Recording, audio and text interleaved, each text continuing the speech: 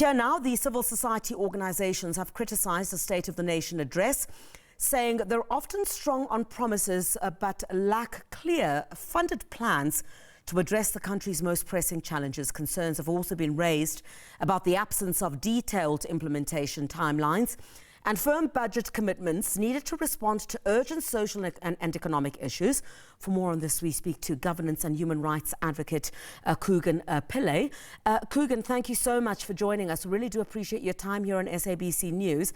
I mean, if we talk about human rights and the violations thereof, we don't even have to look far in terms of what the president fortunately touched on quite strongly was the setting up of this task team to deal with the water crisis, because there's still some communities whose rights are being violated as we speak.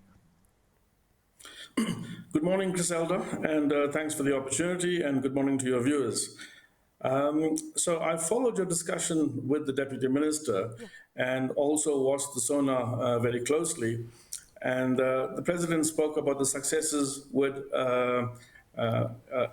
alleviating the power crisis, the energy load shedding crisis.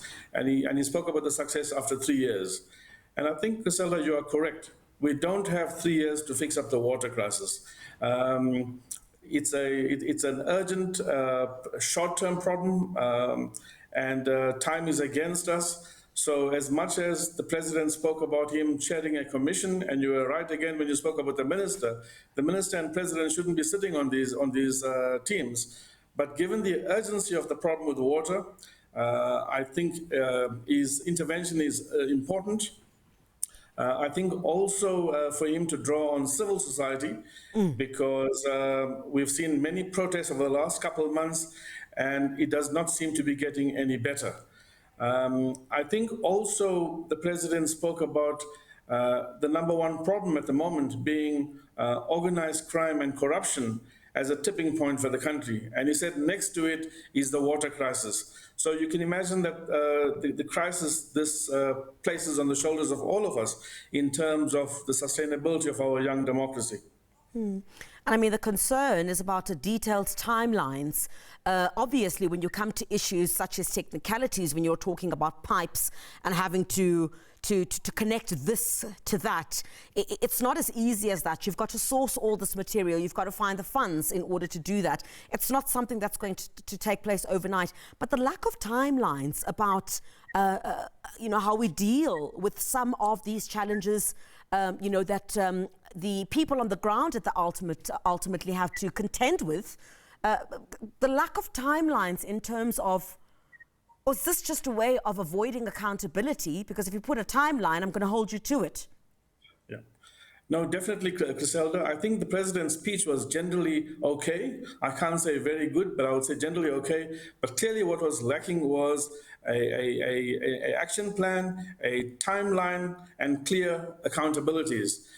As you know, we've been through the Zondo Commission and now the Madlanga Commission, and clearly the elephant in the room is the lack of accountability. And I think in that regard, all stakeholders, including civil society, should be putting pressure on the presidency, and we should wait for the feedback to SONA next week to see how we take this forward, because we simply, as society, cannot wait for another year of SONA. We need urgent interventions during the year. The president spoke about a few critical things: the water crisis, the organized crime, the corruption crisis, but he also spoke about whistleblower reforms. Yeah. Now, being part of various civil society structures, we have tabled draft bills to the presidency, to parliament, so there's no reason for there to be any delays.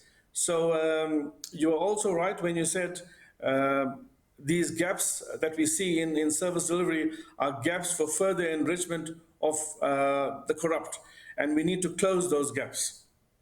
And I think accountability, you touched on it, very briefly there. I mean, without proper accountability measures, even if you have well-intended policies, I mean, how important then is the oversight, and not only oversight and monitoring when the taps are completely dry? I must commend those that are on the ground trying to ensure that the crisis is being resolved.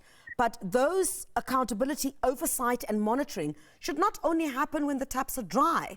How important is, ensuring that all these well-intended policies do come to fruition. How is that going to happen without proper accountability mechanisms, and where you have a situation where oversight and monitoring is only done at crisis level? You are 100%, Griselda. Clearly, we are failing in terms of accountability. I think some of the encouraging things that we've seen in the SONA is the 56 municipalities that have found wanting in terms of criminal charges. I think also the intention to push charges in the personal capacities of individuals involved. So I think that those are good moves. But when you talk about accountability, we have to go to basics. And the President spoke about the 30-year anniversary of the Constitution. And the foundations of the Constitution are our values. So we don't need another social compact. The President spoke about a social compact and national dialogue. We have a social compact, that is the Constitution. What we need now is implementation towards a social contract. And if people who do not do the work, they should not be their symbol. So the President also spoke about professionalizing the public service. So that provides opportunities for including a commitment to the values of the Constitution. And this should feed into the performance agreements of people that are employed in the public service, so that the number one proviso is commitment and to the values of the Constitution. At the moment, we see many criminals infiltrating the public service. We've seen it in the Madlanga Commission, very high-level officials taking huge salaries. And I think also what's important is dealing with the systemic problems that we've had. We've seen in the past, and the President spoke about 15 years low growth.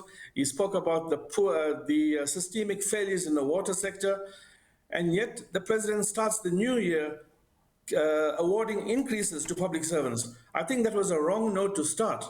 What he should have been doing actually is creating the right framework for implementation of all these nice policies that we have, because that is where we've been failing. We have the best policies, we have the best Constitution, but it's time now for implementation. And I think the water crisis is a tipping point. Koogan Pillay, thank you very much indeed. Thank you very much for joining us here on SABC News. Koogan Pillay is a governance and human rights advocate, sharing his perspective on the State of the Nation address and the need for clear, actionable plans and accountability from government.